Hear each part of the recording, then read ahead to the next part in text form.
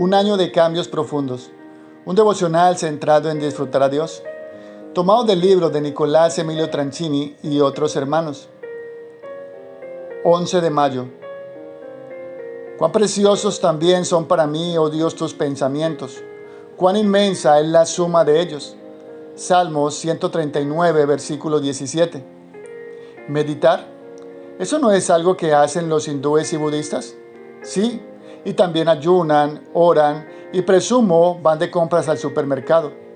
¿Dejarías de hacer cualquiera de estas cosas porque ellos también las realizan? La pregunta que deberíamos hacernos no es si otras religiones practican incorrectamente la meditación. La pregunta que deberíamos hacernos es si la Biblia nos enseña que nosotros debemos practicarla. La siguiente cita de Thomas Manton es una joya literaria que resume el valor de esta disciplina. La meditación es un tipo de deber intermedio entre la palabra y la oración y considera a ambas. La palabra alimenta la meditación y la meditación alimenta la oración. Esos deberes siempre deben ir de la mano. La meditación debe ir después de oír y preceder a la oración. Oír y no meditar es infructuoso. Es una imprudencia orar y no meditar. Lo que asimilamos mediante la palabra, lo digerimos con la meditación y lo liberamos en la oración.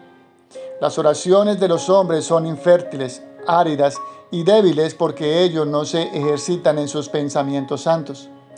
Ha escrito Richard Foster: si esperamos movernos más allá de las superficialidades de nuestra cultura, incluso de nuestra cultura religiosa, tenemos que estar dispuestos a descender a los silencios recreadores, al mundo de la contemplación. Lee nuestro salmo, lee cualquier salmo. ¿Puedes observar el nivel de gozo que contiene lo que expresa? Hay un abismo de distancia entre obligarse a pensar en Dios y deleitarse en Él. Cuán preciosos también son para mí, oh Dios, tus pensamientos. Es lo que expresa el escritor de nuestro salmo después de meditar en la omnipresencia de Dios. Dice también unos versículos antes, después de haber fantaseado en su mente sobre la omnisciencia de Dios. Tal conocimiento es demasiado maravilloso para mí. Mira lo que dice el Salmo, capítulo 36, versículo del 7 al 9. Cuán preciosa es, oh Dios, tu misericordia. Por eso los hijos de los hombres se refugian a la sombra de tus alas. Se sacian de la abundancia de tu casa y les das a beber del río de tus delicias. Porque en ti está la fuente de la vida. En tu luz vemos la luz. Deleítate en el Señor. Es el aliento del Salmo capítulo 37, versículo 4. ¿Recuerda nuestro versículo lema? Una cosa he pedido al Señor y esa buscaré, que habite yo en la casa del Señor todos los días de mi vida, para contemplar la hermosura del Señor y para meditar en su templo. Y el listado podría seguir y seguir.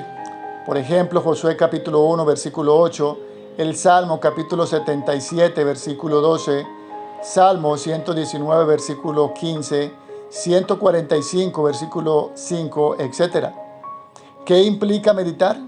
No es ni más ni menos que volver a recordar lo que ya sé, pero hacerlo de tal forma que produzca un nuevo impacto.